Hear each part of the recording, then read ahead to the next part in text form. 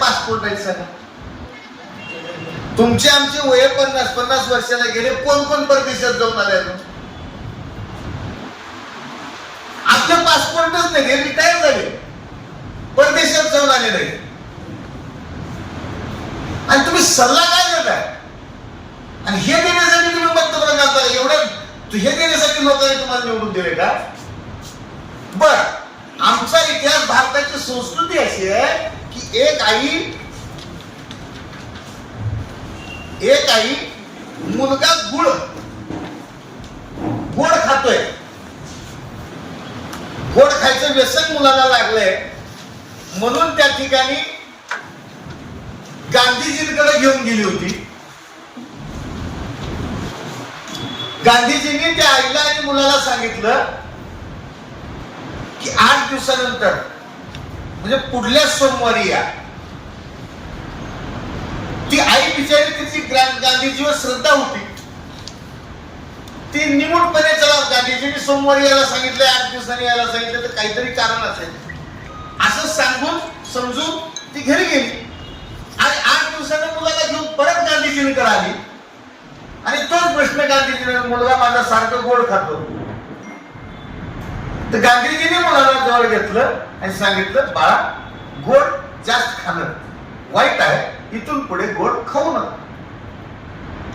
ती महिला परेशान झाली. अहो महात्माजी, मी किती श्रद्धेनं तुमच्याकडे आले होते, मुलाला घेऊन आले होते, माझ्या संसारातून वेळ काढून आले होते.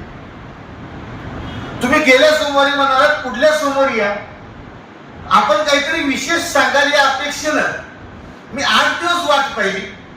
8 दिवसानंतर पुन्हा माझ्या संसारातून वेळ काढून मी तुमच्याकडे आले आणि 8 दिवसानंतर तुम्ही माझ्या मुलाला फक्त सांगताय की गोड खाणं वाईट गोष्ट आहे, खाऊ नको. एवढंच म्हणायचं होतं. 8 दिवसापूर्वी मी ज्या दिवशी पहिल्यांदा तुमच्याकडे आले त्या दिवशी तुम्ही का नाही म्हणाला?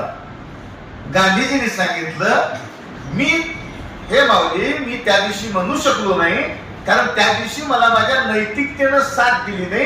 कारण तू आणि तुझा मुलगा त्या दिवशी माझ्याकडे येण्याच्या पूर्वी मी स्वतःच गुळ खाल्लेला होता. मी स्वतः गोड खाल्लेला असताना मला नैतिकता वाटली नाही की तुझ्या मुलाला गोड खाऊ नको म्हणून सांगायचं. हा आपल्या नेतृत्वाचा आदेश आहे, हा आपल्या देशाच्या संस्कृतीचा आदर्श आहे.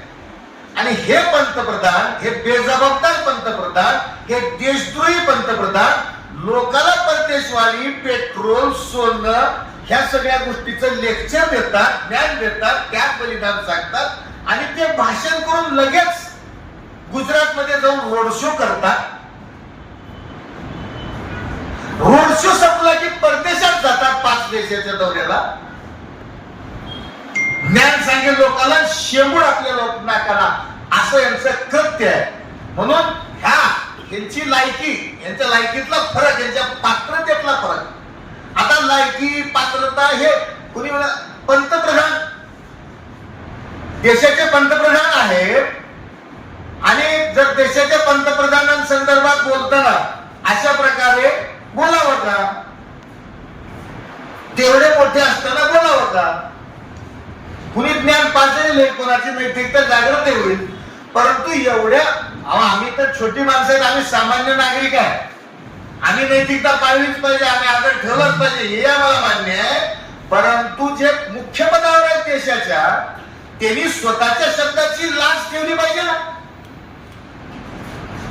तुम्ही पेट्रोल डिझेलच्या वापराचा, खाद्यतेलाच्या वापराचा, सोने खरेदीचा, परदेश दौऱ्याचा सगळा उपदेश करता आणि जाऊन लगेच रोड शो करता, लगेच परदेशात दौऱ्याला जाता. पण तुम्ही 12 वर्ष गेल्या केलंय काय? नुसते परदेश दौरे. अहो, देशावरला सगळ्यात चिंतेचा विषय असा आहे, त्यावेळी